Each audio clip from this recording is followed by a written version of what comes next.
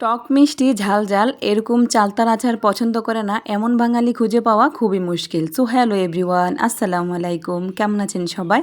আশা করছি নিশ্চয়ই ভালো আছেন। আলহামদুলিল্লাহ আমরাও ভালো। আমি শারমিন আক্তার বরাবরের মতো ছোট্ট আরও একটি ভিডিও নিয়ে আপনাদের মাঝে চলে আসলাম। আজকে দেখাবো খুব সহজেই কিভাবে চালতার আচার বাসায় বানানো যায় সেটা। তো আজকে আমি চালতার আচার বানাবো। তো আচারের জন্য চালতাটাকে কেটে খুব সুন্দর করে এখন ধুয়ে নিয়েছি। এখন চালতাটাকে আমি সিদ্ধ বসিয়ে দিব। তো সিদ্ধ করে তারপরে কিন্তু আমি আচারটা বানাবো, কারণ চালতার আচার বানাতে গেলে চালতাটাকে আগে সিদ্ধ করে নিতে হয়। তো এখানে আমি পরিমাণ মতো পানি দিয়ে চালতাটাকে দিয়ে দিলাম। আমার হাতের চালতার আচার অনেকেই অনেক পছন্দ করে, সবাই বলে। তো দেখা যাক আজকে কেমন বানাতে পারি। তো আশা করছি আজকে পুরো ভিডিওটাই আপনারা দেখবেন। তো এখানে আমি চালতাটা বসিয়ে পরিমাণ মতো লবণ দিয়ে ঢাকনা দিয়ে ডেকে দিয়েছিলাম। তো এখানে আমি শিরা তৈরি করব। তো শিরার জন্য দিয়ে দিলাম পরিমাণ মতো পানি, পানিতে দিয়ে দিলাম গুড়টা। তো গুড়টা দিয়ে খুব সুন্দর করে আমি ঘন একটা শিরা তৈরি করে নিব।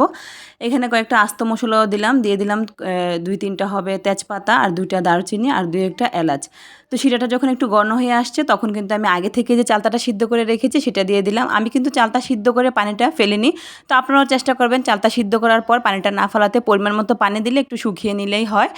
মানে শুকিয়ে নিলে তাহলে চালতার যে পারফেক্ট যে ফ্লেভারটা সেটা অবশ্যই পাবেন, আর আচারটা খেতেও কিন্তু বেশ মজা লাগে।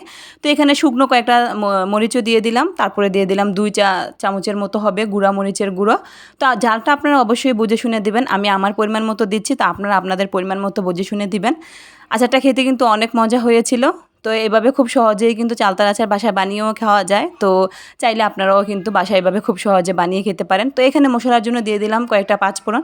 পাঁচফোড়নটাকে আমি হাতে গুঁড়ো করে নিচ্ছি। এখানে চাইলে কিন্তু আমি ব্লেন্ড করে নিতে পারতাম। তো ব্লেন্ড করলে বেশি গুঁড়ো হয়ে যাবে, সেজন্য আমি ব্লেন্ড করিনি। তো আলহামদুলিল্লাহ আমার আচার কিন্তু একদমই রেডি।